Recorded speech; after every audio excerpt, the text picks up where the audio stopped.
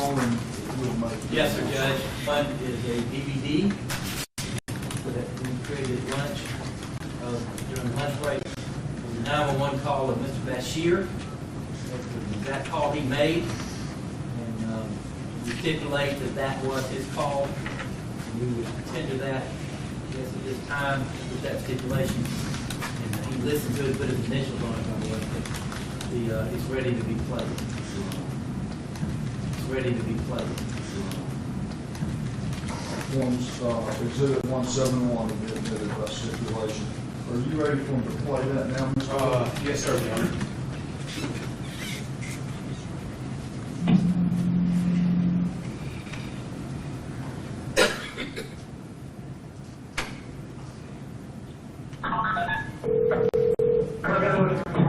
County 911. 911, I'm Sycamore Drive. There's two cats and one is shooting at the building. Somebody shooting at the building? Yes, ma'am. Okay, where on Sycamore, sir? 911 Sycamore Drive. Sycamore Drive. Okay, is it at the Meadowlands? Can you tell me what they look like? It's a black guy, a bald guy. A bald male? Is he white black? He's a black, yeah. And he's running down the street. You better hurry up. Hold on 1 second, okay? Sure. Do you know if the creatures are hurt or injured? I can't go closer. Okay, which way is he running and what is he wearing? He's running down the street. He's wearing a short pants, blue, and some kind of like a white shirt. Okay. A white shirt and what blue? Blue shorts? Blue short pants. Short pants? Yes. Hurry up. Okay, either way, I'm just letting them know this now, okay? When they were running, sir, listen to me, please. When they were running, which way were they heading towards? I can see the cop, and he's running away from Broad. Running away from Broad? I mean, Broad the building. Another cop kid. Another cop kid. Okay, thank you. All right.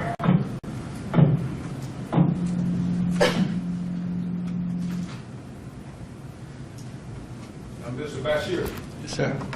did you tell the jury anything about that 911 call when you first testified? Now, let's ask and answer. Yes, sir.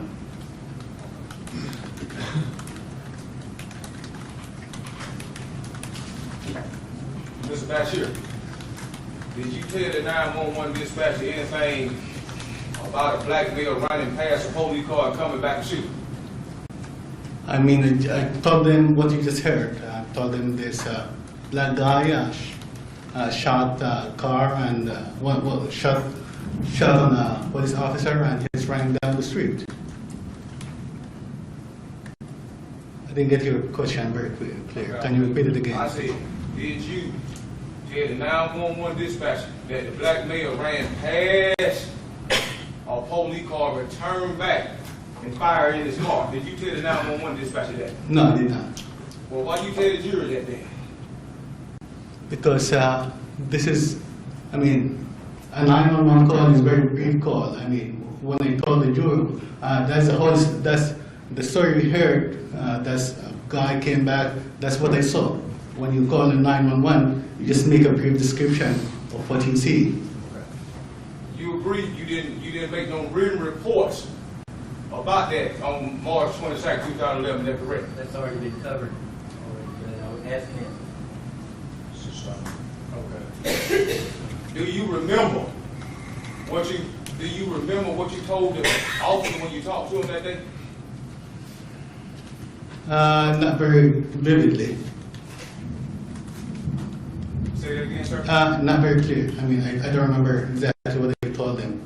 Okay, if you don't remember exactly what you told them, how can you be testifying for the truth for the jury today? Now, that's argumentative and I would object. If you don't remember what you told the police officer on March 22nd, 2011, what is 4 years? How many years ago? That was 4 years ago? 4 years ago. What made your memory change in 4 years? Because I still remember. Misleading, and that's not correct. The memory did change. I'm going to sustain it to that extent. Ask another question. Okay. How many years ago was that police shooting yesterday? About 4 years. 4 years ago, approximately Yes. 4.5 years, sir. Yes, sir. And you telling us you don't recall what you said on March on the day you saw it? On March 22nd, 2011. You tell me you don't recall what you said on March 22nd, 2011. If you are talking about what I told the officers right exactly at the scene, I spoke to different officers, and all of them, they asked me different questions. Then the next day, or maybe 3 or 4 days after that, I went down to the police station down the 29, and I told my story. Okay. Now, you said you talked to different officers. How many different officers did you talk to that day? At the side scene, I don't remember, maybe 2 or 3. It's not like most of the conversation is just about what did I saw. Did the officer take it down in a report? Did they make a statement on or report? No, they did. No, they did not. So you mean to tell the jury, Officer Bowen didn't make no written report on what you told him? Now, you didn't know what Officer Bowen made or did not make at that time. Plus, it's already been asked him. That's Yeah, my problem with this is he keeps objecting. I'm here for the truth. I'm trying Your to, Honor, that's not a proper response. you know. that. Just ask another question. Okay.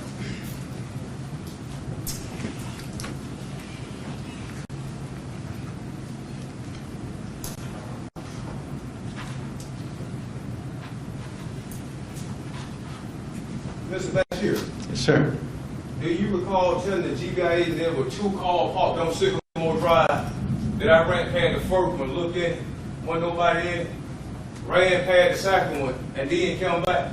Do you recall the GBI agent, do you recall telling the GBI agent there were 2 cars parked on Sycamore Drive? Can you say that again slowly, please? I said, do you recall Okay. telling the GBI Okay. agent doing your interview with him, Okay. which was digitally recorded? Okay. Do you recall telling that agent there were 2 police cars parked right there on Sycamore Drive? You said the black male ran past the first one, looked in it, wasn't nobody in Your it. Honor, that's a compound question, and I think you need to have him ask one question and then another question. Okay, fine. Okay. Do you recall telling the GBI agent that it was a police car, 2 police cars on Sycamore Drive? That's right. Do you recall telling the GBI agent that one of the cars on Sycamore Drive, the black male ran past and looked in it, and nobody was in it? Well, what I said, I remember you passed the car and you looked at it and you stepped back and you shot. I think you misunderstood me, sir. Okay. Did you answer the question? No, he didn't. No, he His didn't. comments about what he misunderstood or did not misunderstand was not a question. I would respectfully object to it. He didn't ask me. He answered. Ask another question. Okay, why? Why did you tell the GBI agent that the black man that you seen, I'm the man you seen. Yes, sir. Okay, I'm the man. Yes, sir. You said that I first come out on Sycamore Drive, it was a police car there on Sycamore Drive. Yes, sir. You said I ran past it, looked in it, and wasn't no officer in it. Why did you tell the officer that? Why did you tell the GBI agent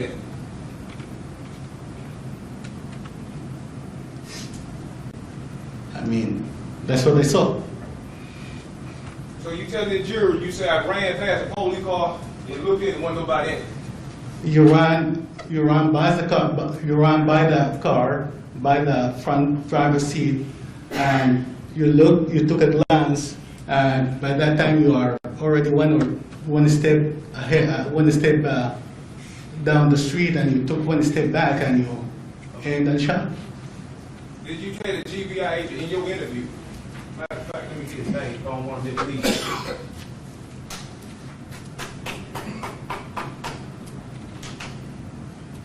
On Thursday, March 31st, 2011, at approximately 3:11 p.m., you was interviewed by Special Agent J.M.R. Isn't that correct? That's correct. I don't remember his name, but I was That interviewed with somebody. interview was digitally recorded. Yes, sir. Correct. Yes, that's correct. Okay.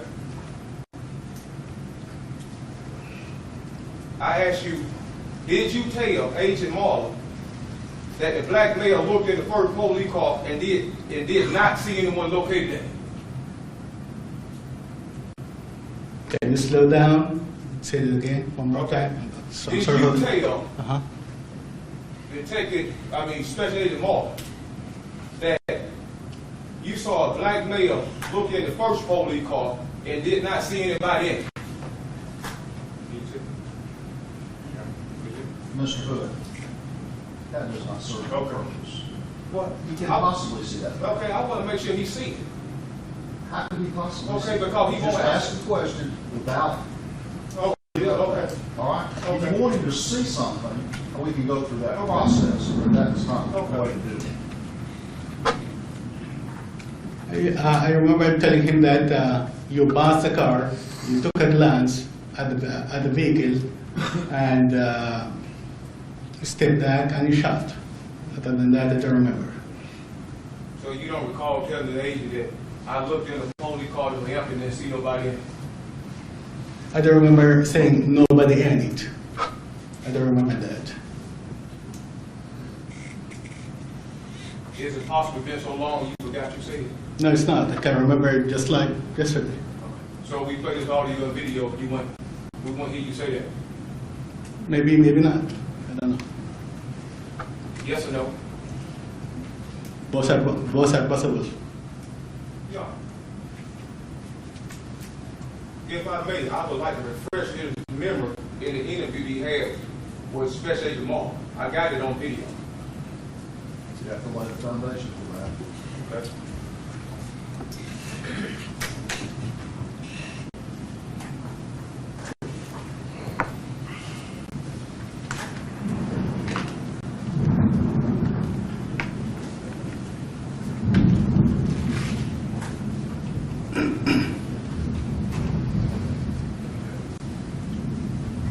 Mr. Bashier, Yes, sir.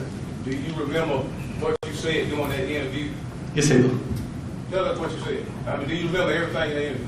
Not everything like 100%. I can. Okay. Do you recall having an interview on, Yes, I do. but you do recall having an interview with the GBI agent? Yes, sir. Is that foundation legal? What's it? Well- If he, Let's ask Mr. Mullen. I'm not, we get into basically a DVD. We can ask him about that, whether he viewed that, whether he can tell whether this is actually an accurate version of that, whether there's any additions or deletions at all to that, before anything like that would be introduced and be played for the jury. And he could not really refresh his memory. It's just simply about playing in front of the jury unless it's been properly admitted. And the way to do that perhaps would be with either to have Mr. Bashier listen to that, and where he could actually say this is, jury corrected, there's no changes, or to have the agent who took the interview do that and be able to introduce that DVD to just finally play it. I don't know what would be playing. Young, I think I have a right to refresh his memory. That's a written report or interview. I think that's just standard. Ask the jury, go to the jury. I'm not certain that that's, I guess I'm asking what are we doing here? I'm not sure. Just start playing a DVD, or whatever. I think there's a proper way to do some things. You got one thing about refreshing the memory, another thing about trying to put something in that may be offered for other purposes in that regard. There's a way to do that. When that comes in and it's done properly, we may not have an objection once it's done properly. Well, I want to refresh his memory. If he want me to introduce it to evidence, hey, I do that. But he testified he don't recall saying this. And he just sat there and say he didn't say it. See, Judge, I'm gonna tell you this so I won't be wasting nobody's time. Don't tell me, it's not about wasting time. Have you done a transcript of the recording? Yeah, I got it word for word, second to second. I'm gonna go right to it. I don't have to play the whole video. I understand. But that's what you took down? Yeah, I got notes on all of them. I can go when they say something. Judge, I do not ask a question that I don't know the answer to. See, I know what I'm. Mr. Hood, you don't have to. Okay. I don't need to hear that. Okay. So you want to play it for the witness to refresh his memory. Is that what you're saying? Yeah. Not to admit it into evidence? Yeah. I mean, not right now in the evidence, but I could. Any objection? Well, perhaps if we label what it is that he's playing, whether it's a DVD or whatever, so we know exactly what it is that he's playing, so we have a record of it, then I would not have an objection as long as we identify that and make sure that it's available if in fact we need to come back to exactly what it is that he's playing. Well, I can help you. It's disc 37. Out of his discovery, he would gave me this stuff. Mr. Ed, tell us what disc it is and what place on the disc. Okay, this is disc 37 out of discovery that I received from Mr. Malden, and it kindly a Bashier interview with GBI agents J.M. Martha on March 31st, 2011. And what place on the disc are you playing? I like to start at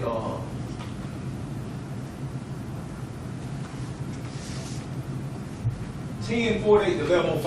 I think that might be to get a 10:48. We're going to 10:48. I think this year's it because I'm trying to narrow it down. I got more than that, but I'm trying to shorten it up.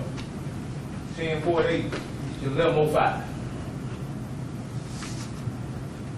One thing I would listen to that, and that's fine. I want to make sure that whatever it is not taken out of context. So a little, directly, I guess, a little completeness would come into play, or something may or may not be taken out of context. You know, as we listen to that. I'm sorry, Judge. It was 10:48 to 11:20, and we here, let you make.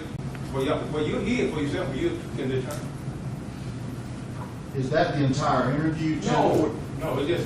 Let me finish my question. That's not the entire interview. No, sir. Okay, so how are you narrowing it? What makes you certain? Why is it, that's a half an hour? No, it's 10 minutes and 48 seconds to 11 minutes and 20 seconds. It ain't nothing but what it is. About a minute. What I'm talking about is he said that he did not say that he saw me run past the car and look at it. Okay. That's what, it's on the portion, not the whole thing. I thought you did. Because No. that's what I'm saying is that is what he said. He ran past the police officer and he looked to the left and then he came back. Let's hear it. Play it, please. You get it on the turn.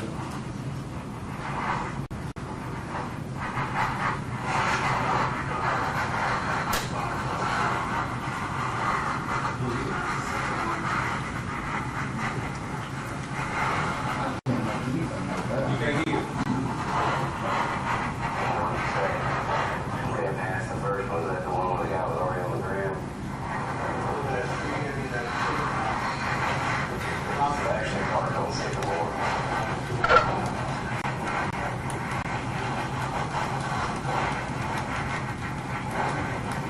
You want to put it in there?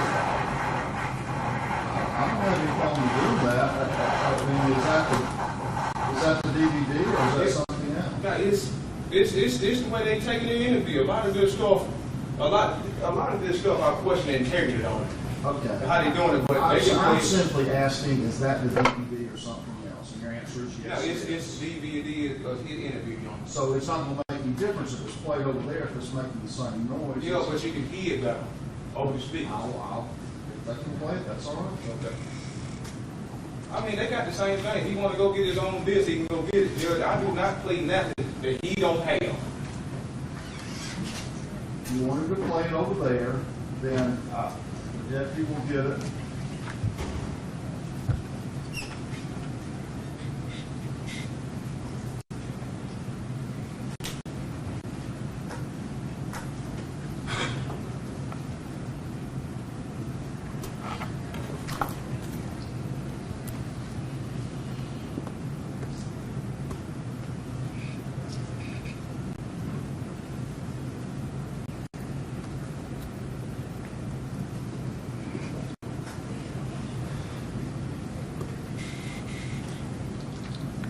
It's going to take me just one moment because I think our computer's gone into sleep mode because it's been enough time.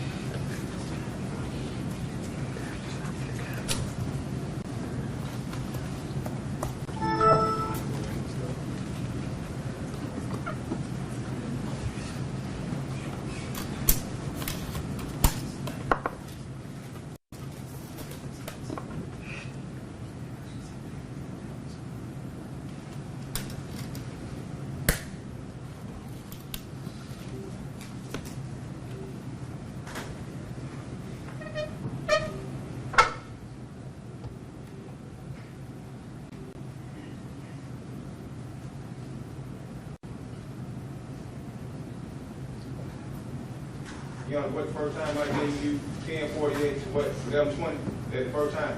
Yes.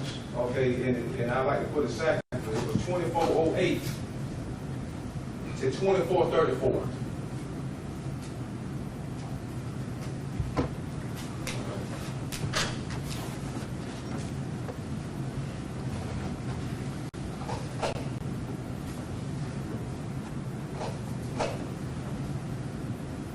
Yes, ma'am, that's the one.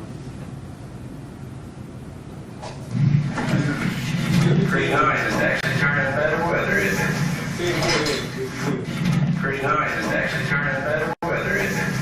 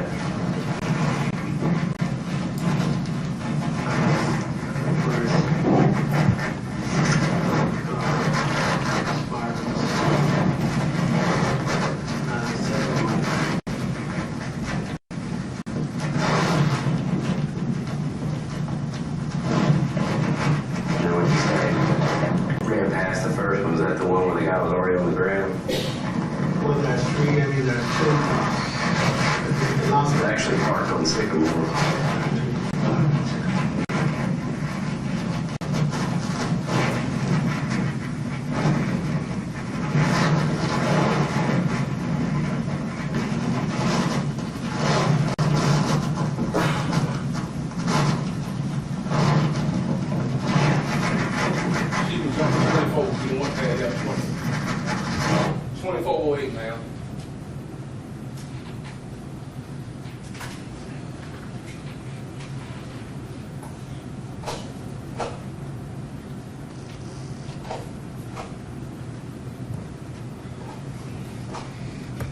Two officers, I might be wrong, or one officer that are standing. There was a total of 4 officers. There's a total of the one who got shot, another car in front of him, which is, I believe, no one in each. Because this guy, when he lived at the first car. The first car. And the second one, it's not massive, I'm sitting inside, they were shot.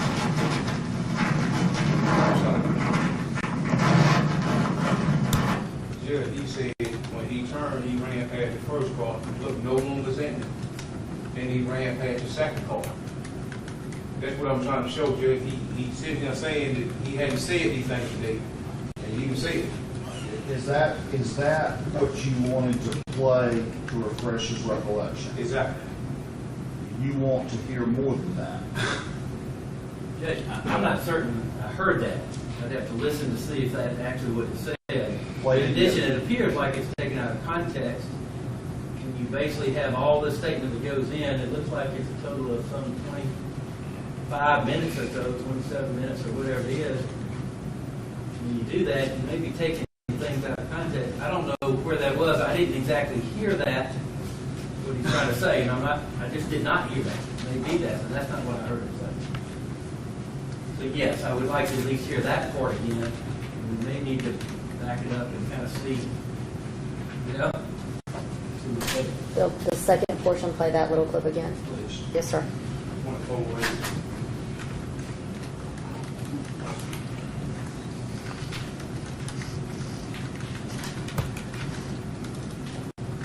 And there's another 2 officers, I might be wrong, or one officer that are standing. There was a total of 4 officers. There's a total of the one who got shot, another car in front of him, which is, I believe, no one in each. Because this guy, when he made a lived at the first car. The first car. And the second one, it's not massive, I'm sitting inside, they were shot.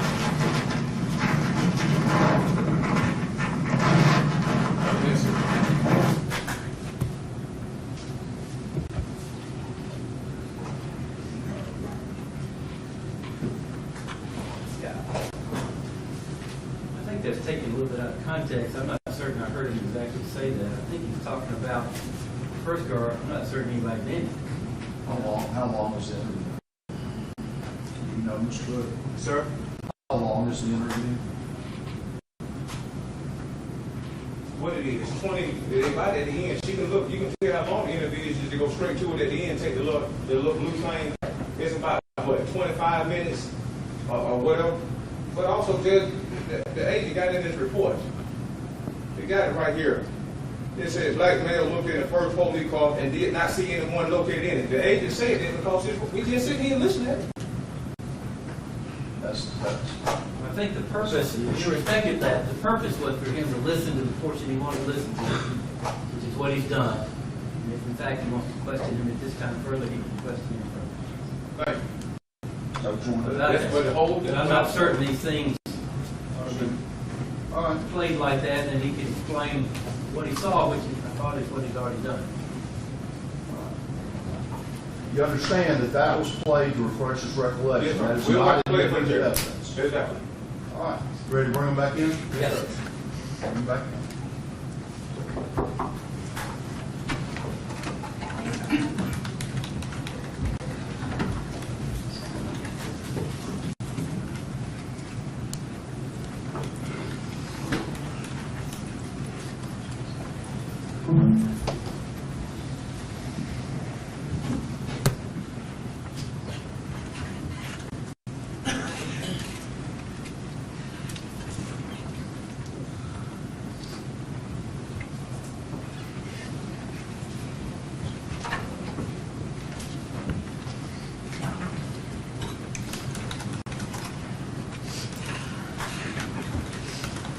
All right, you may continue.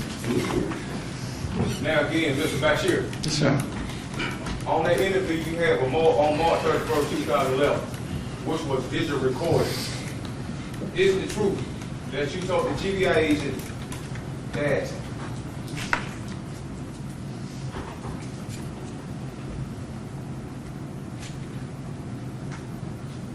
isn't it true that you said that I ran past the first police car and did not see no one located in it? I looked at it and didn't see no one in it. Isn't it true you told the GBI during your interview? Yes, I did. I just heard it. You did. Well, why you didn't testify to the jury that you didn't tell them that? What do you mean?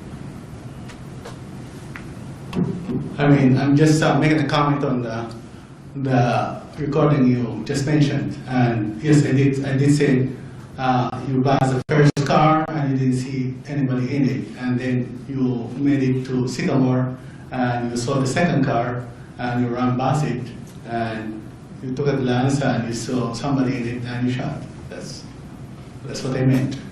No, sir, I said, you said when I turned left on Sycamore Drive, you told the agent that I turned left on Sycamore Drive. That's right. I come up on the first police car on Sycamore Drive. I looked in it and didn't see nobody in it.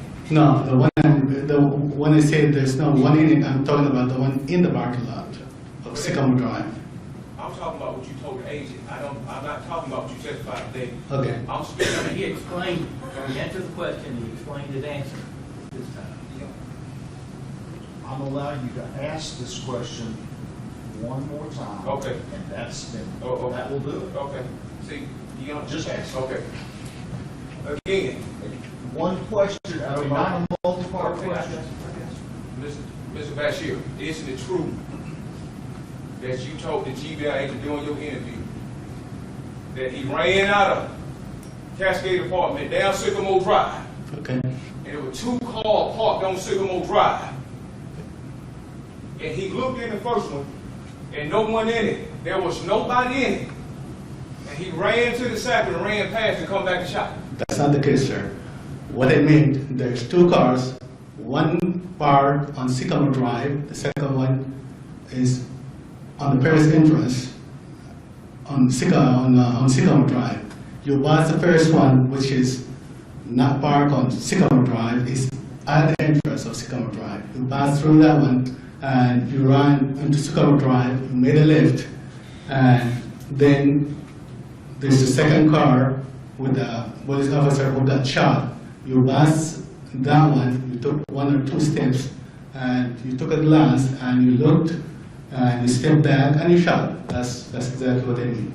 You know, I move to have this testimony stricken from the jury because He sitting here, he just heard what he testified to. And he said, he said, and everybody heard him say. You have another question? Yeah. Has somebody, had anybody offer you any money to come in and tell somebody the truth? No, sir.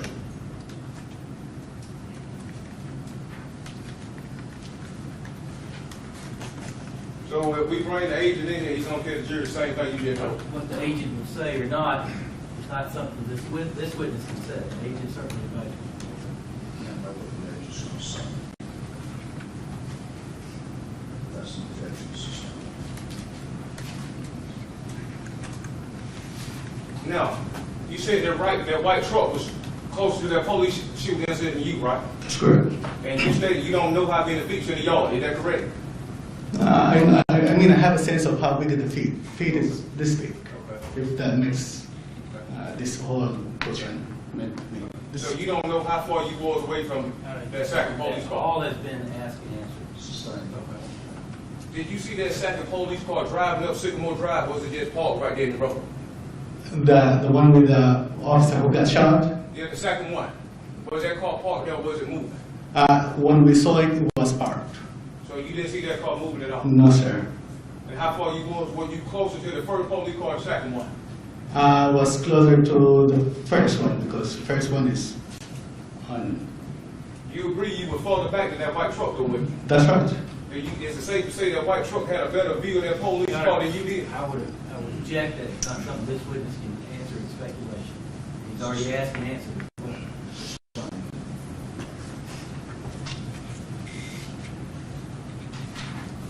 Mr. Bashier, Sir.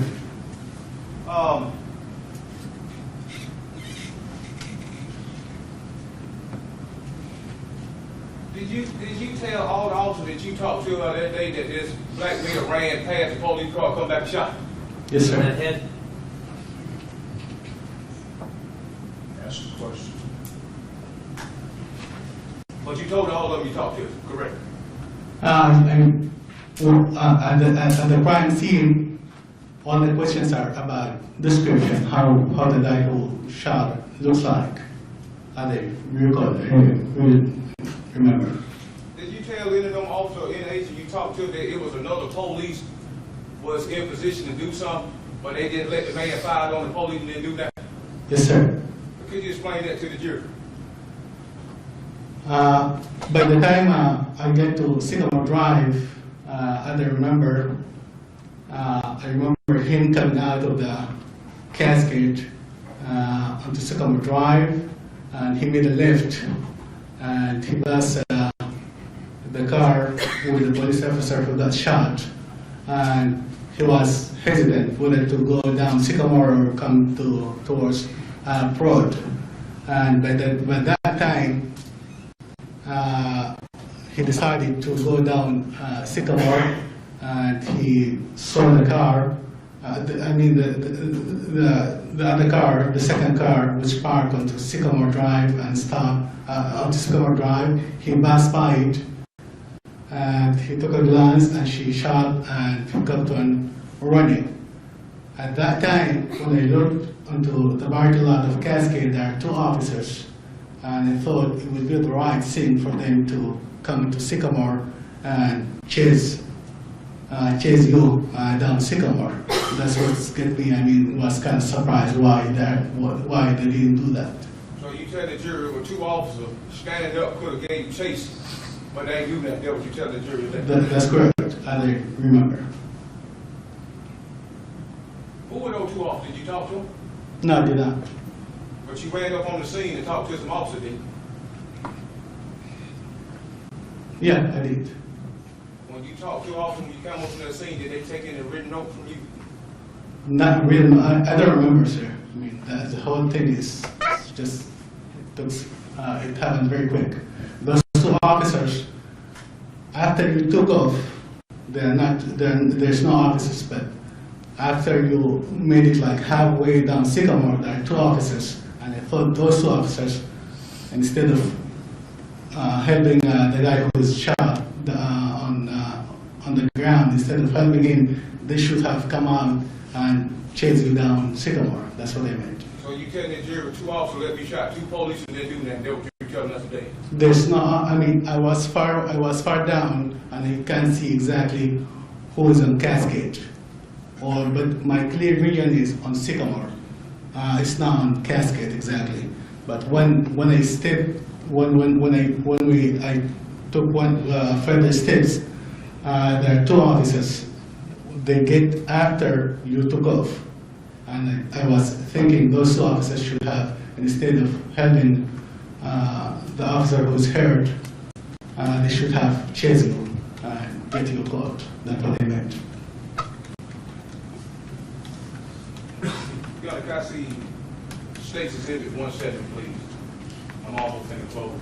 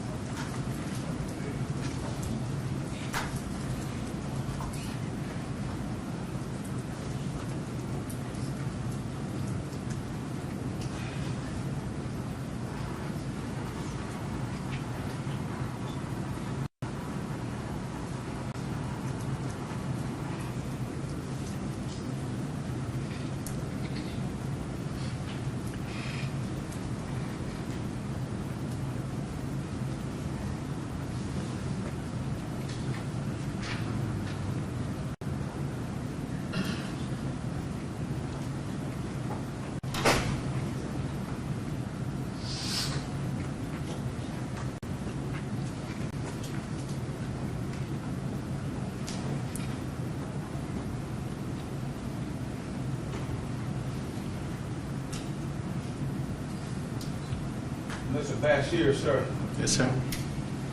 I would like to,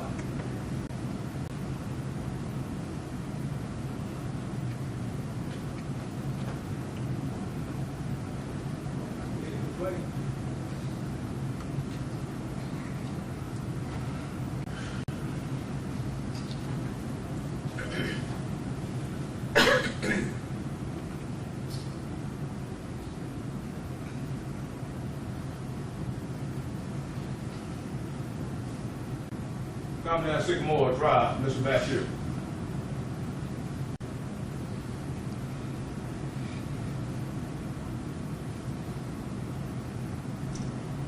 Oh, you see, that's you getting out that door. That's correct. So you getting out that door, right? That's right. You got your little red laser with you, sir? I'm sorry? Your little red laser? Hi, Now, I would like for you, from your standpoint right here, I would like for you to show the jury them two officers you were talking about that was in position and returned 5-year case and didn't do that. What they were? Well, when I mentioned the officers, I didn't see them from from here. I didn't see no two officers. I didn't see the officers. But when I get out of the car, went to the crime scene, I saw the two officers. And by that time, you are still down Sycamore. Okay, I'm going to go down for you so you can see. So you didn't see him right there? No. Okay. Let's see right here. What them two officers were right? That's one of them. You said with two of them standing up? That's right. Okay. And they was right there where that police shooting happened. They was in position. No. What I meant, after you took off, by that time you are maybe halfway down Sycamore. By that time you are halfway down Sycamore. I felt these two officers, they should have get off onto down Sycamore and chase you down. That's what I meant. What if police car that I looked into and didn't see nobody in the horse at? This one up here? So that's the one I looked into and didn't see nobody in it. That's right. I thought you told the chief of agent both cars on Sycamore Drive. No, that's this one and that one. Not this one, the one behind it. Okay, did you tell them there were 4 officers? Did you tell the agent there were 4 officers on the scene? 4 officers? Yeah, did you tell the agent was on the scene? 4 officers? Yeah, did you tell the agent that doing your interview?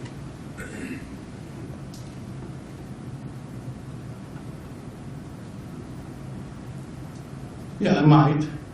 I think you'd have to reference at what point you're in the scene, Judge, and therefore it's a misleading question, because there obviously were at least 4 officers on the scene at one point. Because, I mean, the events are 1 minute at a time, I mean. I just bring the agent in, I just leave it alone on that. Just don't worry about it. Let's roll on, Mr. Bashier.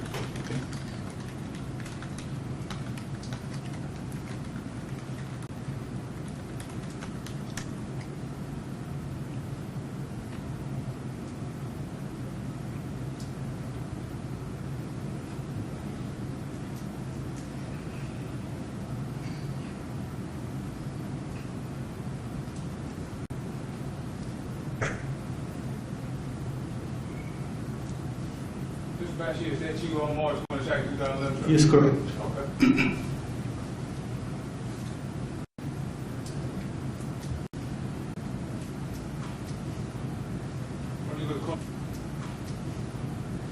When you look closer here, Mr. Bashier. I'm sorry? Look at that. Okay. You see that? You're talking to the officer, you agree? Yeah, You see the officer right there, what you're saying to me. that's right. Why you just tell the jury the officer didn't take no note when you talk to him that day? Because, I mean, the situation is very tense and the situation is very, hectic. I mean, I can't remember each and every details. Why do you keep looking at this attorney when you talk? No, he's not, I would have guessed that. Okay. You say you can't remember a lot of stuff. Not vividly, I mean, can remember most of the stuff, but I can't remember it like 100%. But if you can't remember 100%, why you tell the jury I ran past a police car and come back and shot? Because I remember that very well. So you can remember certain things, but you can't remember certain things. That's what you're telling us. No answer to that. No answer for that, but you got an answer for me running past the car and coming back. That's what you're telling us. Argumentative, Judge. I do remember that.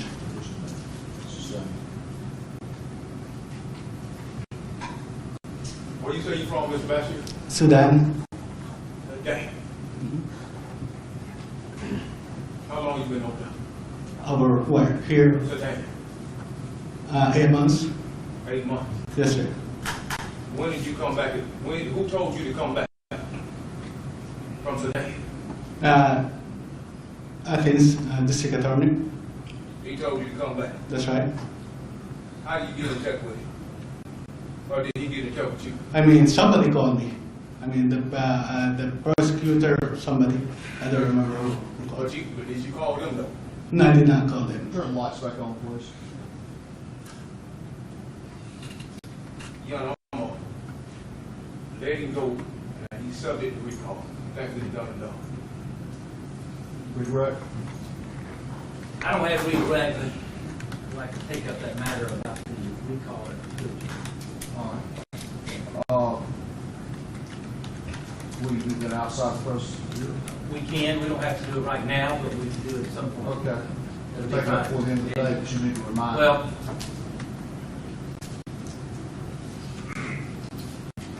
we can do that at the end of the day, that'll be fine. All right. That'll be fine. That'll be I'm fine. going to step down.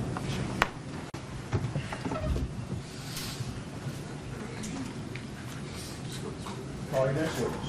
Kenneth Tanner.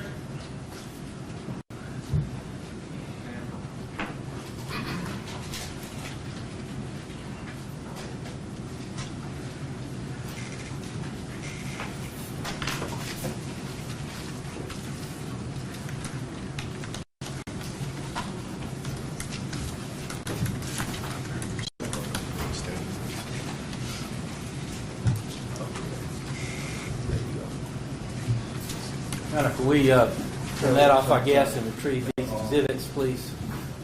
These exhibits. And then I'm going to use this Elmo on this side. All right. Would you raise your right hand, please, sir? You solemnly swear the testimony you're about to give the court in this matter of State versus Jamie Donnell Hood will be the truth, the whole truth, and nothing but truth, so help you God. Have a seat, please. State. No, the pictures. Or just. Thank you, ma'am. Would you state your name for the jury, please? Kenneth Tanner. And are you employed, sir? Pardon? Are you employed? Yes, sir. Where are you employed? Power Properties, And how long have you been working with Power Properties now? about 9 years. And what is your position with Power Properties? Maintenance supervisor. And when we say Power Properties, what kind of company is that? What kind of business We're is a that? property management company. And what kind of properties do they manage, sir? Apartments, duplexes, probably about maybe 900 units. Okay. And when you're a maintenance supervisor, what is your responsibility? Well, I got a maintenance crew, and just taking care of maintenance throughout those properties. And does Power Properties own any complexes off Sycamore Drive in Athens, Clark County? Yes, sir. And what properties do they own there? Regency Park and Timber Chase. And are those on the end of Sycamore on the left and the right? Regency Park's on the right, Timber Chase is on the left. Now, let me direct your attention, if I can, back to the date of Tuesday, March 22nd, 2011, at around 1 o'clock or thereafter, 1:30 or so. Did you have an occasion to be there off Sycamore Drive in the Timber Chase apartments at the time that you heard something that sounded like shots being fired or firecrackers or whatever? Yes, sir. And can you tell us, basically, prior to that, what you were doing and how it is you got to that complex and what you were doing there in that complex? I was traveling down Sycamore Drive. I was working at Timber Chase. I had a job going to Timber Chase. And as I was going down, before I made my left turn into Timber Chase, Mr. Christian was sitting on the left-hand side of the street in his patrol car. And I waved at him, and he waved back at me. And I proceeded to turn in and went down to where I was going to be working and parked and got out, and I was talking to someone else that was there. And then just suddenly we heard the gunshots, not knowing it was actually gunshots at the time. But, and then just seconds later, then we were seeing a black male running towards the west end of Sycamore Drive. Going down Sycamore toward the river? Yes, sir. And what did you do at that time? We walked up to Sycamore and saw Mr. Christian's patrol car sitting there. He had moved from where I had previously seen it, like he was headed up Sycamore. And I walked up close enough to I was able to see him inside the car. And when you saw him, what did you see, sir? A lifeless man sitting in a police car. What was the condition of his driver's side window? It was busted. Yeah. Did you know Officer Christian before that? Not before that time. As far as I know, I had never seen him. Let me show you what's been marked as State's Exhibit number 10 and been introduced into evidence. There we, if you hit the light, please. There's a laser pointer on your desk in front of you there, and there's a silver button, and that's the end that the laser comes out of.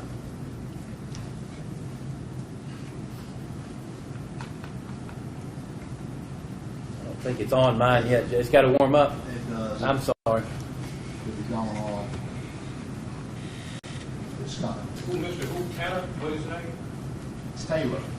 Tanner, Mr. Tanner. Tanner. What's the first name? Spell that, please. Again. Kenneth Tanner, T-A-N-N-E-R. K-N-N-E-R, Tanner. Kenneth. Kenneth, Okay, K-E-E-N-T-I-H. K-E-N-N-E-T-H. I think it's got this the DVD on. I think that's. I don't really know Oh, why. I'll turn mine off. That might be it. That was it. I think that might have been me, sir. How you do that? Should, let me get that. I think you got to switch it over there. There we go. Thank you. Mr. Tanner, do you recognize this as the area of Broad Street as Sycamore Drive comes down off Broad Street? Yes, sir. And then State's Exhibit number 10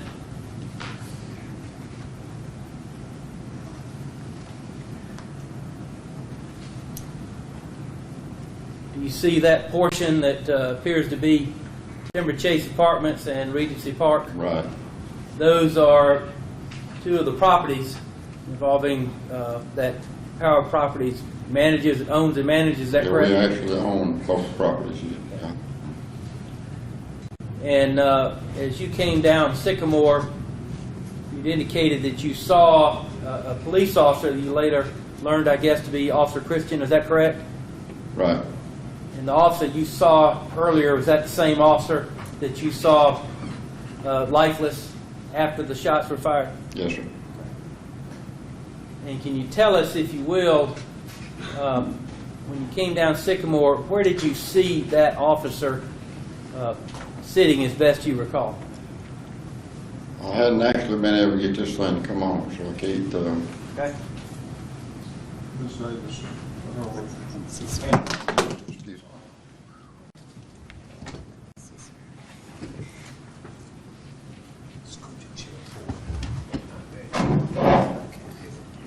Set butt. yes.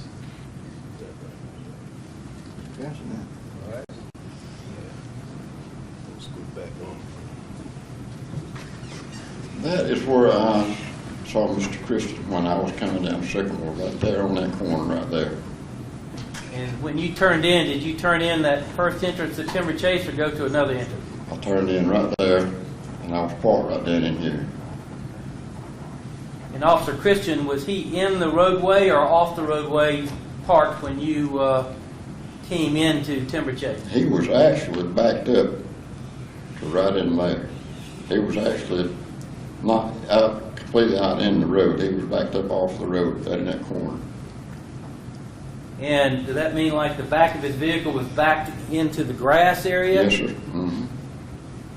And when you say that, that means the front was actually facing Sycamore then? Is that how it was, or is it He was somehow? backed in there, and he was, front of the car was facing toward Broad. I see. So the car was actually facing up toward Broad. Right. Did you tell what he was doing at all? No, sir, I could not. You waved at him and he waved at you. Yes, sir. And you went in where in Timber Chase Apartments and parked? Parked right in there. And do you know about how long you were there before you heard something that sounded like shots fired or whatever? Probably not over 5 minutes. And were you outside when you heard shots were fired? Yes, sir. What were you doing? Standing there talking to another person that was to be there working on the same job I was. And when you say you heard shots fired, can you tell us basically, I guess, what it sounded like and about how many that you felt you heard, or do you know? It was several shots. I couldn't say whether it was 3 or 4. I don't really know. I don't remember. And what did it sound like? Well, when I first heard it, it really didn't hit me that it might be gunshots. I thought maybe it was some kids, well, maybe some fireworks. And I was just looking up in that area, then I saw a black male running down Sycamore Drive. In which direction did the sound come from where you were standing? From where I was standing right in there, it just sounded like it was in this area, right in that area somewhere.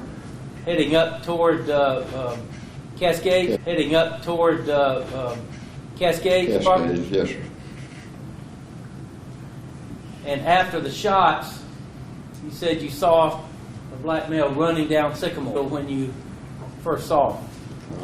I was standing right in there, and I could see straight up that drive, straight to Sycamore, and he passed that drive right there, headed down that way.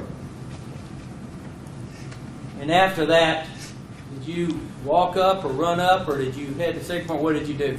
I actually, the other guy and myself got in my truck, and I parked my truck right there. And we went out to Sycamore and walked up towards Mr. Christian's car, and walked up towards Mr. Christian's car.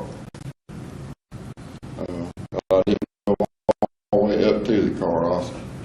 I looked, seen what had taken place, and backed off. And when you say you parked your vehicle, was that right toward the entrance or exit to Yes, sir. Timber Right. Chase? Right in there. When you got up to Sycamore, did you look down Sycamore toward the river and see if you saw anybody? Well, yeah, look both ways, but, I mean, it was long gone by then.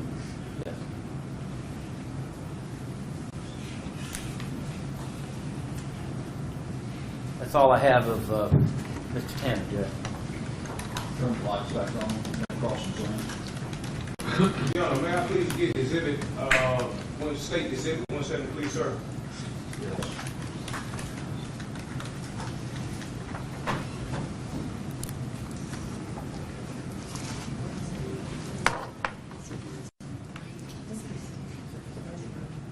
One 170.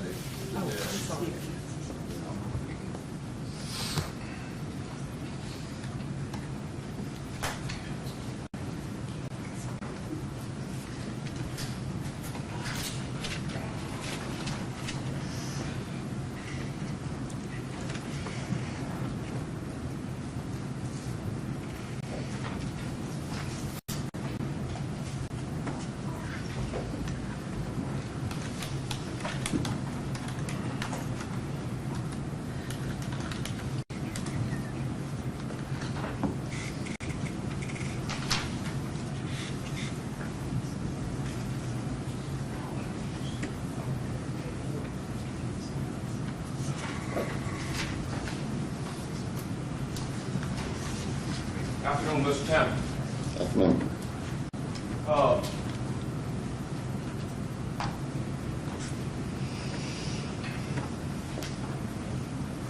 Mr. Tanner, was you interviewed by an agent or officer? Well, there was so many around there, yeah. I don't remember if it was just a regular officer or who it was. Perhaps, I think I maybe had Mr. Tanner oriented toward the diagram. He's kind of facing away from the jury, perhaps, you know? That's all I was going to suggest. I think I kind of got in position toward this. Well, I'm not sure what, It wasn't me. are you asking questions about this morning? No, sir. I'm going to get to it in a little bit, though. Whatever. Okay. Mr. Tanner, do you recall being interviewed by Officer Chapman or Detective Chapman or any officer that day you gave them a story of what you heard, sir? I don't know one from the other. I don't know who it was. But you talked to some officer or investigators about something, right? Yeah, I felt it was my duty to let somebody know what little bit I saw. Yes, sir. Before you saw Officer Christian, did you come down Sycamore Drive? Yeah, prior to that, yeah. Mhm. Okay. Can we get the light, please? I would like for you to follow this car down Sycamore Drive, sir. Okay.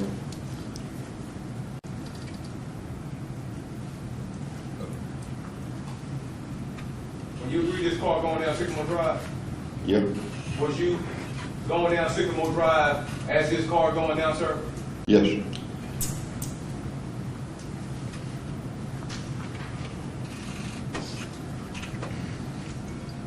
Did you see that vehicle right there in the road when you proceeded down Sycamore Drive? I don't remember seeing it. Okay. Now, you saw Officer Christian before the shooting occurred, isn't that correct, sir? Mhm. Okay, well, I can speed you on up then. You know, I think I can speed it up. Just don't pertain to them.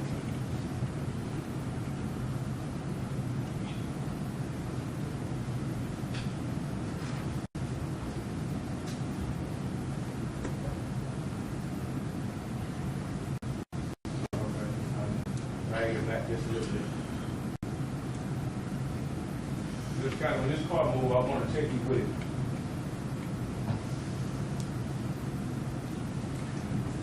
Now, when you first saw Officer Christian, was the car right here parked in the road? No.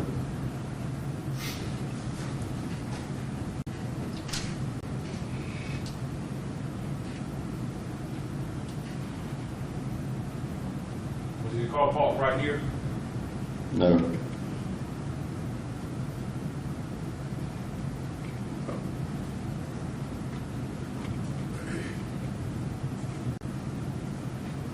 That's my truck sitting right there. Let me get you back, I can see your truck. Could you put the ladies on your truck? That's my truck right there. Well, a little bit ago I told you I pulled my truck up there close to Sycamore. Yes, sir. That's it, sitting right there, but Christian was parked right there when I first saw him right there. Can you hold your dock? I want to drive the car down now.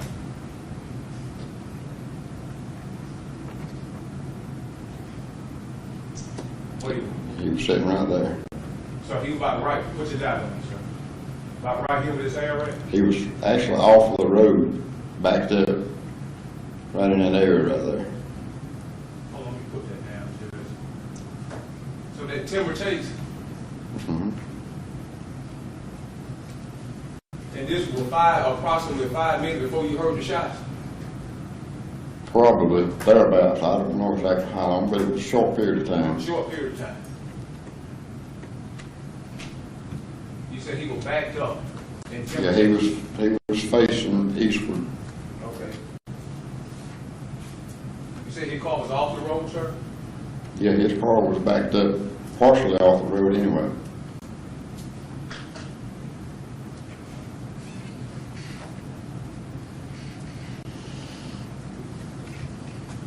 Is that the entrance to Timber Chase? That's the entrance? That's the first entrance to Timber Chase.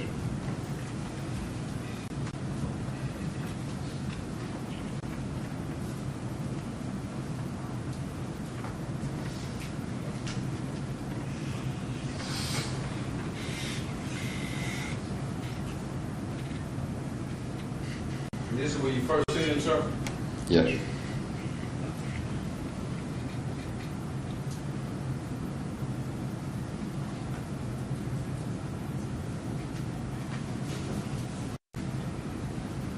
You said he waved at you, sir?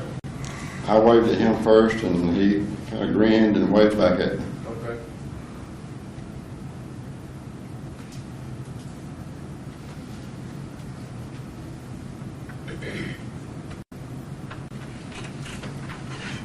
What was Officer, did you see Officer Christian on the phone or something at that time? Was he, could have been on the phone or something talking at that time when you seen him backed up right there?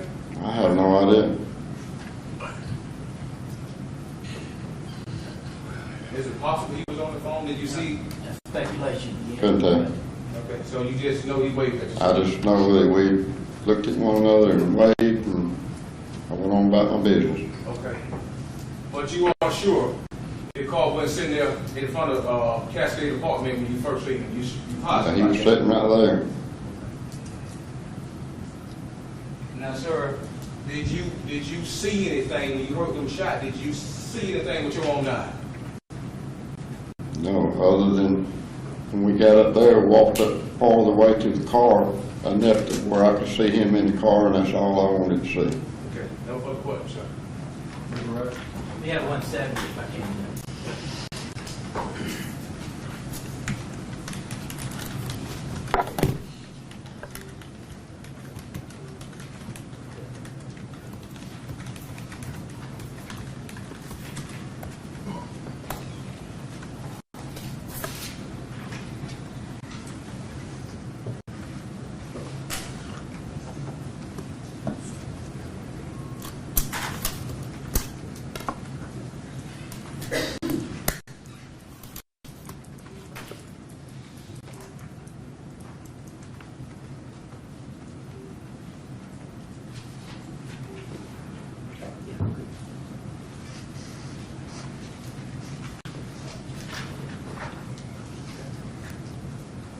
So that's going to show them one thing on 170.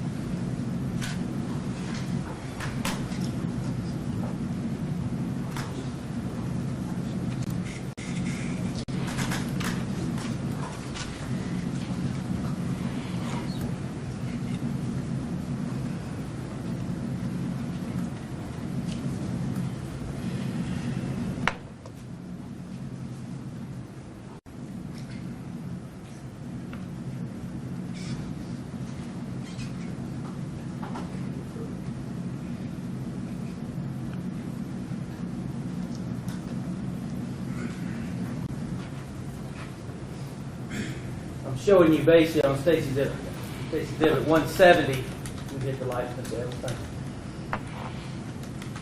At a point 13:33:15.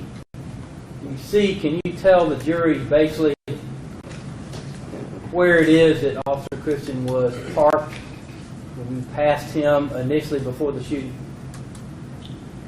Right there. He was off the road. I don't know if he was completely off the road or not, but he was partially off the road, I know. And he was facing out towards Broad Street. Yes, sir. Thank you, sir. Anything else, Mr. Hood? No, sir, Your Honor. Need to be excused? Yes, sir. You're excused. Thanks, sir. Call your next witness. Statement called Charles Savage, Your Honor.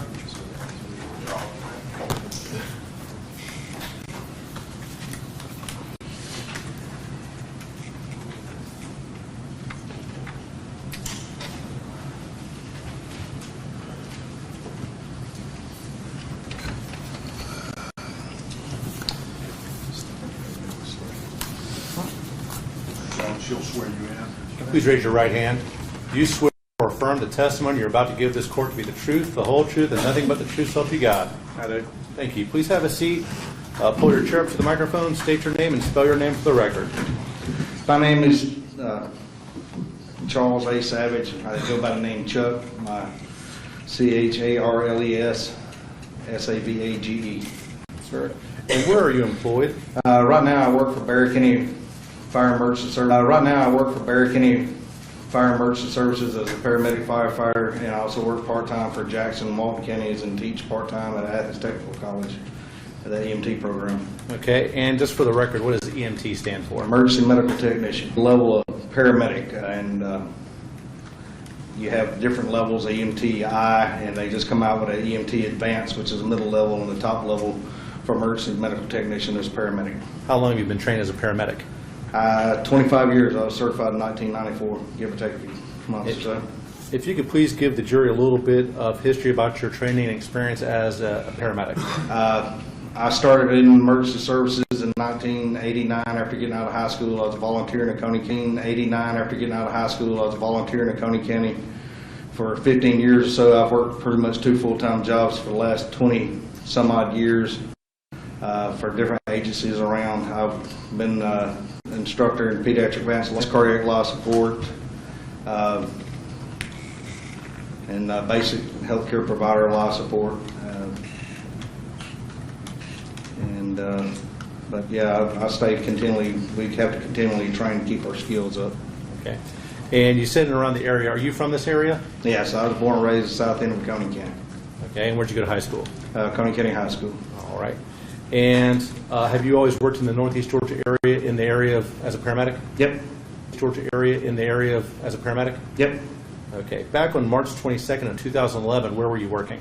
I was working for National EMS Incorporated, who assumed the contract in 2009 for St. Mary's service area in Athens, Clark County, and also from Athens Regional.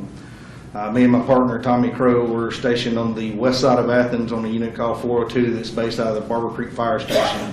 And we was actually in the truck on the Eversbridge Parkway when we got the call. Okay. And did you get that call around 1:29 in the afternoon on Yes, March we 22nd? did. And what did you do? What did you do when you got that call?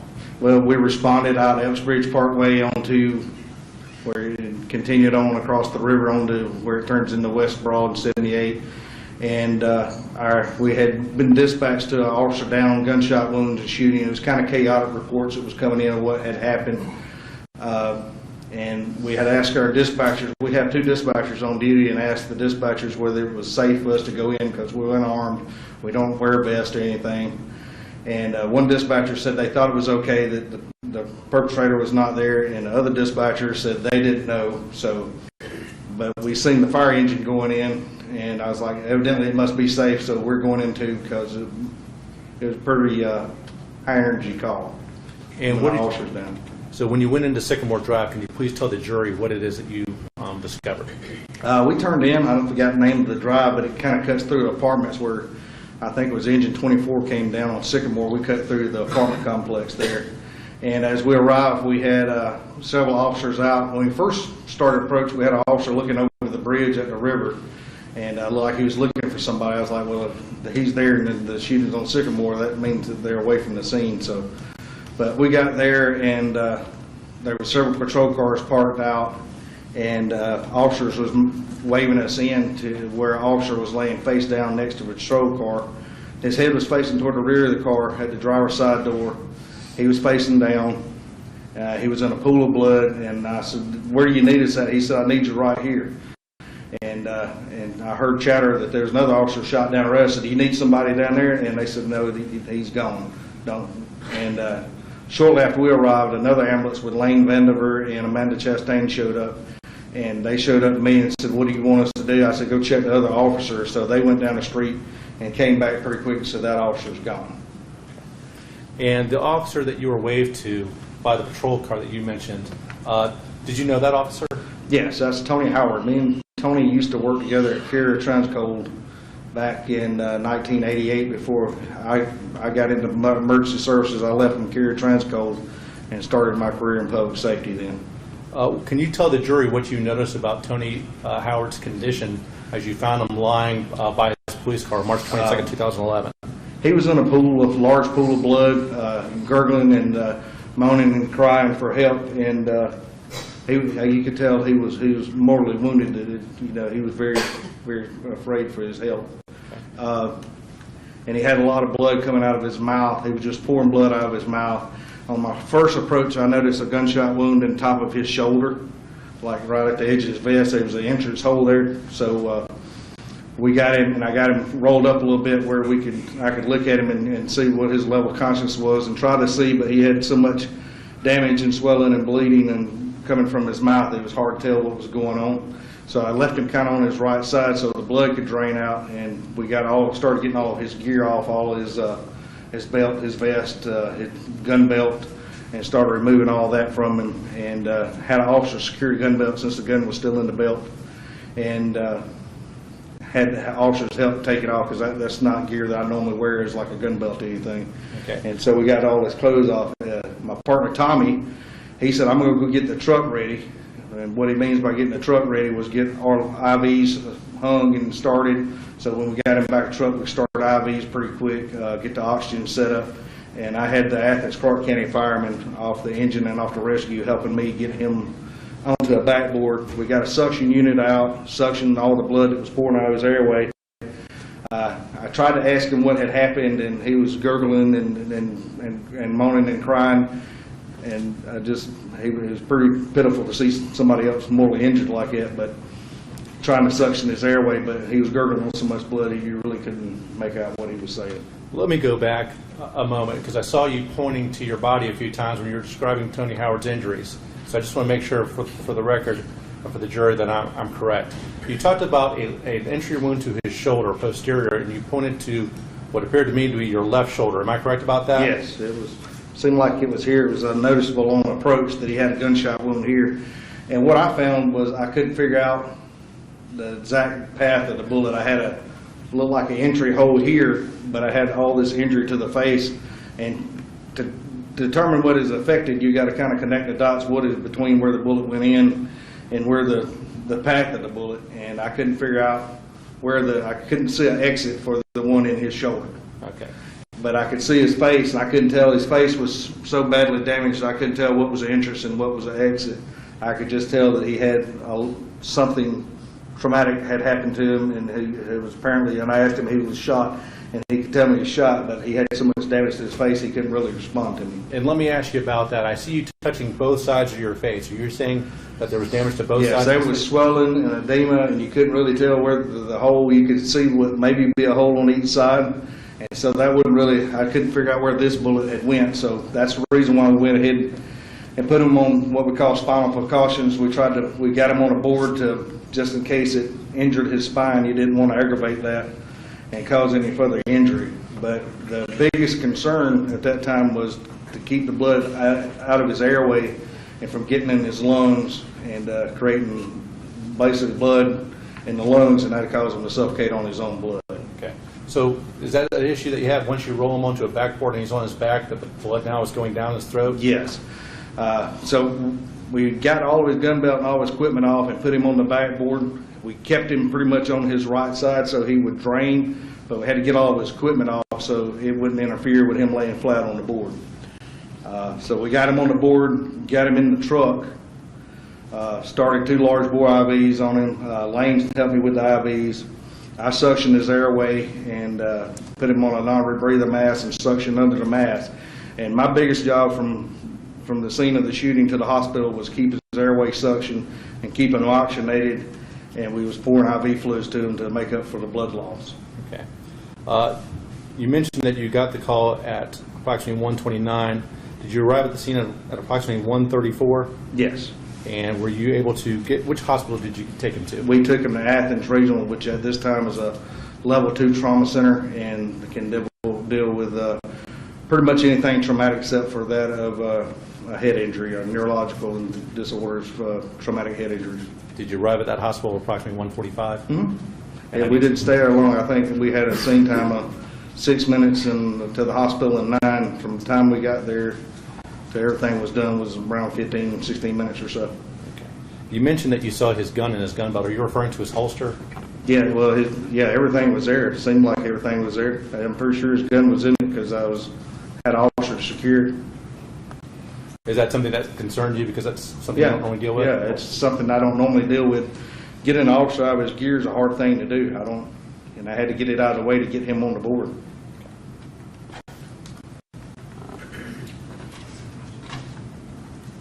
Those are all the questions I have. Please answer any questions Mr. Hood might have. Briefly, Your Honor. Afternoon, Mr. Savage. Yes, sir. You said you got on the scene, Officer Howard had a gunshot wound to his shoulder. Yeah, to his top of his left shoulder. Okay, did that bullet, you said you couldn't determine the path? I couldn't determine the path, couldn't tell where it came out. You have an entrance and an exit, and I couldn't determine where the exit was at that time. So are you telling the jury that the bullet that entered his shoulder exited from his body? I don't know where it was. At that time, his airway was compromised with blood in his airway, so that made it a priority to suction his airway. But what I'm trying to figure out, did the bullet wound in the shoulder exit him, or did the bullet stay in him? I don't know where it was. It was somewhere, I don't know where it came out, and I didn't know if this in his face is where it came out. I had no idea. But it was on the left side, what you tell me. Mm-hmm. Did you see it wound on the right side shoulder? Nope, I didn't. I was worried about the airway. The airway became my priority, and until we could make sure it had good blood pressure, good vital signs, and get the IV established and get him to the hospital. Okay. So, last question, you didn't see no wound to the right shoulder at all? Same answer, no. No exit wound or that to the right shoulder? Nope, I didn't see nothing to the right shoulder. I didn't keep him over on his back, on his side that long to get him on the backboard, and we got him out from there. Our whole scene time was 6 minutes, so I didn't do a whole lot of looking because the perpetrator hadn't been found, and therefore it was still unstable scene, and I'm not going to hang around in a hot zone. No further questions. Thank you, sir. Okay.